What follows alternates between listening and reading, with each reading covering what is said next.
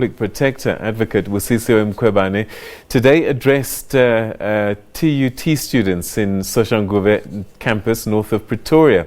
Her address was on governance, transparency and accountability.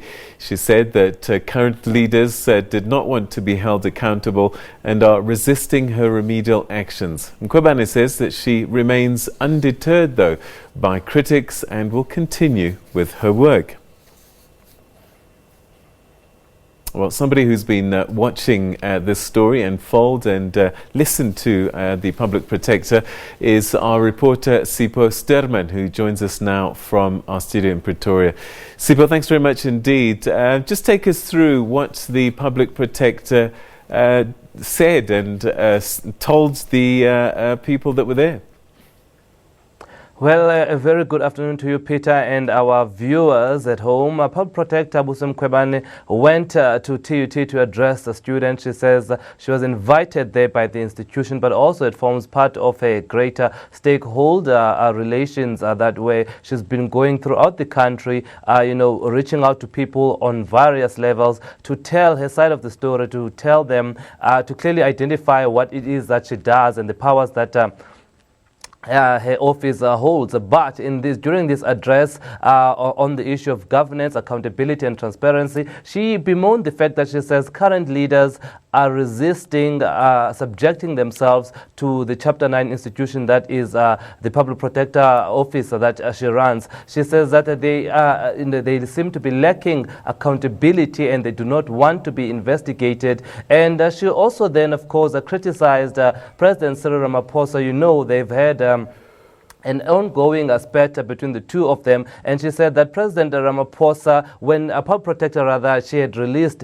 adverse findings against a former minister such as Malusi Gigaba, but there was no resistance from the presidency. The president simply abided by her binding remedial actions, and as a result we saw Minister Gigaba resigning from Home Affairs. But now that she's made adverse findings against Minister Pravin Gordhan, she says that she finds it strange that the president is not moving swiftly and supporting her office as he did when she had made these adverse findings against the likes of Minister Malusi Gigaba. So suggesting there is a sense of inconsistency on the part of the president when it comes to implementing her remedial action.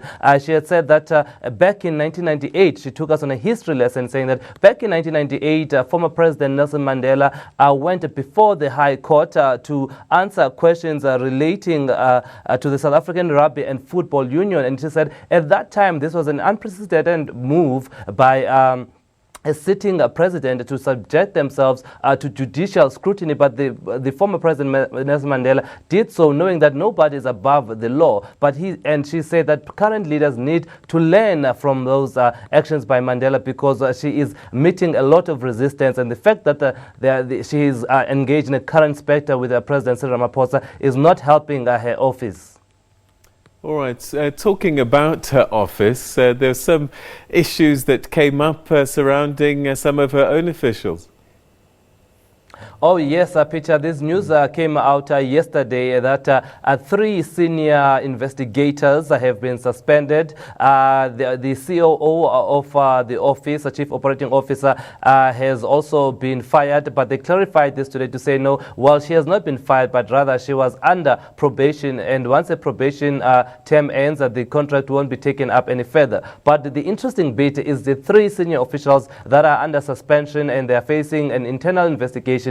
She is suggesting that these 3 senior investigators have sabotaged and ruined, deliberately misled and withheld information in some of the key reports that her office has released. Now, these are the reports including the Absa Bank Op and the Estina Dairy Farm, the reports that she was slapped with a personal cost order. So she says that it cannot be that she, as the Public Protector, will incur this personal cost order on her own, whereas she has a team that she had entrusted to carry out the investigations properly. But as it seems that the investigators did not do a proper job, and she's suggesting that this was a deliberate attempt to rather, sabotage and withheld information. So 3 of those senior investigators have been suspended pending an internal investigation, and she says that the investigators from her office also need to take responsibility, because she is the one that gets slammed out there in the media and by the courts, but she works as a part of a larger team, and they need to take responsibility.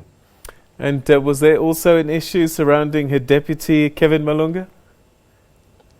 Yes, Peter, I had a conversation with the outgoing deputy, that is Advocate Kevin Malunga, who spoke to us SABC News reflecting on his term there. But one of the more interesting comments that he made was that the Public Protector Office is being run like a spy agency, with a lot of investigations that are being handled in secrecy, and that 90% of the investigations by the Public Protector Office, most of the staff do not know what is being done or what's being investigated. So he's saying that that's not how things should have been running, because as a deputy you are there to advise and to ensure quality of the reports that are being released. So suggesting that the reason that perhaps the office of the Public Protector under Mkhwebane has been slammed by courts for poor quality reports is because he has been sidelined. Now, speaking to Mkhwebane today, Mkhwebane says, well, Kevin Malunga does not have top security clearance, hence he was moved from handling certain cases. And she says that, well, as a public protector, she has the power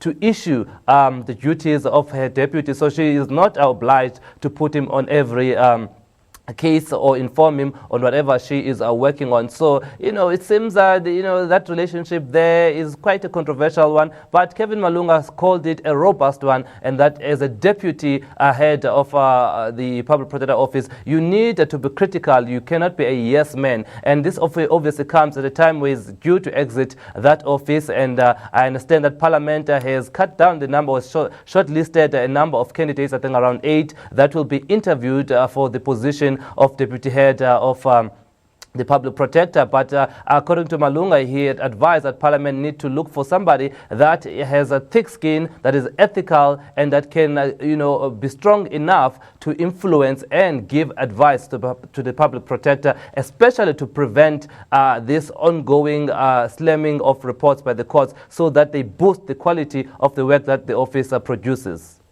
Sipho Stuurman, thanks very much indeed for your update and bringing some clarity to some of the issues that played out today. Thanks so much indeed. That's our reporter in Pretoria, Sipho Stuurman, on the Public Protector's visit to the TUT.